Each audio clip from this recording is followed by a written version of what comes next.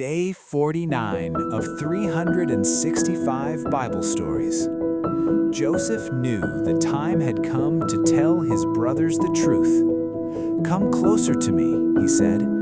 His brothers stepped forward, confused, noticing the tears in his eyes. Then Joseph spoke the words they never expected to hear. "I am your brother Joseph, the one you sold long ago to the Ishmaelites." They stood frozen in shock. "But do not blame yourselves," Joseph continued. "The Lord was with me. He allowed us to meet again. Even though you meant harm, it has turned out for good.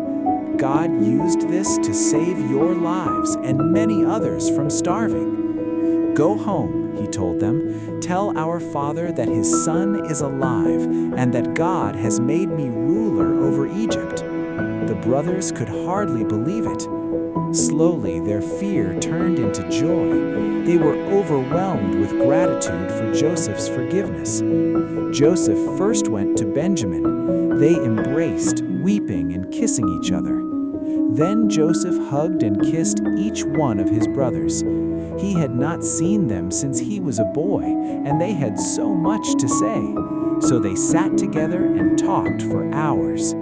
Join me tomorrow as we continue this journey through the Bible.